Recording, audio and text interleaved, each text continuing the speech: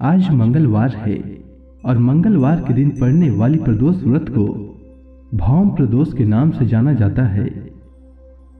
प्रदोष व्रत के महात्म्य को गंगा के तट पर किसी समय वेदों के ज्ञाता और भगवान के भक्त सूत जी ने सौनक आदि ऋषियों को सुनाया था। सूत जी ने कहा है कि कलयुग में जब मनुष्य धर्म के आचरण से हटकर अधर्म की राह पर जा रहा होगा, हर तरफ अन्याय और अनाचार का बोलबाला होगा और मानव अपने कर्तव्य से विमुख होकर नीच कर्म में संलग्न होगा, उस समय प्रदोष व्रत ऐसा व्रत होगा जो मानव को शिव की कृपा का पात्र बनाएगा और नीच गति से मुक्त होकर मनुष्य उत्तम लोक को प्राप्त होगा। सूत जी ने सौनक आदि ऋषियों को यह भी कहा कि प्रदोष व्रत के पुण्य से कलयुग में मनुष्य के सभी प्रकार के कष्ट और पाप नष्ट हो जाएंगे। यह व्रत अति कल्याणकारी होगा और इस व्रत के प्रभाव से मनुष्य को अभीष्ट की प्राप्ति होगी।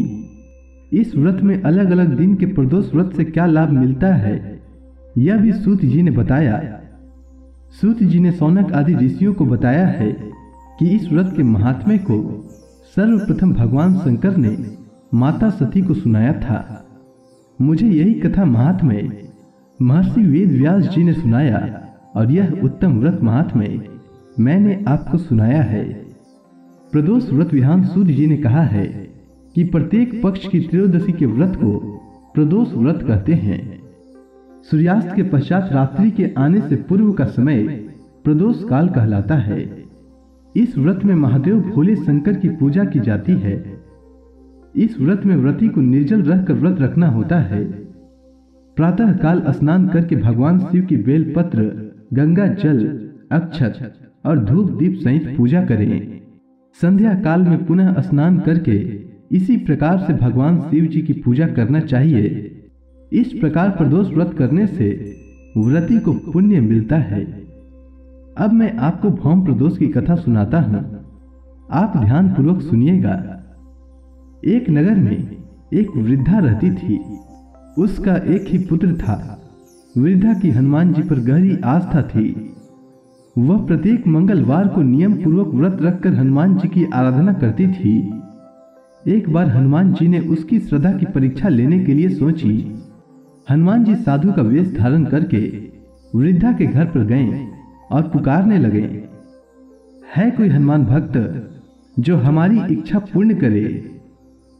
पुकार सुनकर वृद्धा बाहर आई और बोली, आज्ञा महाराज, कहिए मैं आपकी क्या सेवा कर सकती हूँ।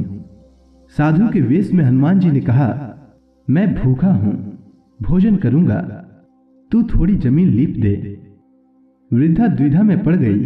अंततः हाथ जोड़कर बोली, महाराज, लीपने और मिट्टी खोदने के अतिरिक्त आप कोई दूसरी आज्ञा दें, मैं अवश्य पूर्ण करूंगी। साधु ने 3 बार प्रतिज्ञा कराने के बाद कहा, तू अपने बेटे को बुला, मैं उसकी पीठ पर आग जलाकर भोजन करूंगा। यह सुनकर वृद्धा घबरा गई, परंतु वह प्रतिज्ञाबद्ध थी। उसने अपने पुत्र को बुलाकर साधु के सुपुर्द कर दिया। वेशधारी साधु हनुमान जी ने वृद्धा के हाथों से ही उसके पुत्र को पेट के बल लिटवाया और उसकी पीठ पर आग जलाई। आग जलाकर दुखी मन से वृद्धा अपने घर में चली गई। इधर भोजन बनाकर साधु ने वृद्धा को बुलाकर कहा, तुम अपने पुत्र को पुकारो ताकि वह भी आकर भोग लगा ले। इस पर वृद्धा बोली, उसका नाम लेकर मुझे और कष्ट न पहुंचाओ। लेकिन जब साधु महाराज नहीं माने तो वृद्धा ने अपने पुत्र को आवाज लगाई। आवाज लगाते ही उसका पुत्र आ गया। अपने पुत्र को जीवित देखकर वृद्धा को बहुत आश्चर्य हुआ और वह साधु के चरणों में गिर पड़ी। हनुमान जी अपने वास्तविक रूप में प्रकट हुए और वृद्धा से कहा कि मैं तो बस तुम्हारी यही श्रद्धा की परीक्षा ले रहा था, तुम वाकई में मेरी भक्त हो। और इसके बाद वृद्धा को आशीर्वाद दिया और उसका जीवन खुशियों से भर गया। तो प्रेम से बोलिए शंकर भगवान की जय, हनुमान जी की जय। उम्मीद है आपको भौम प्रदोष व्रत की कथा अच्छी लगी होगी। धन्यवाद।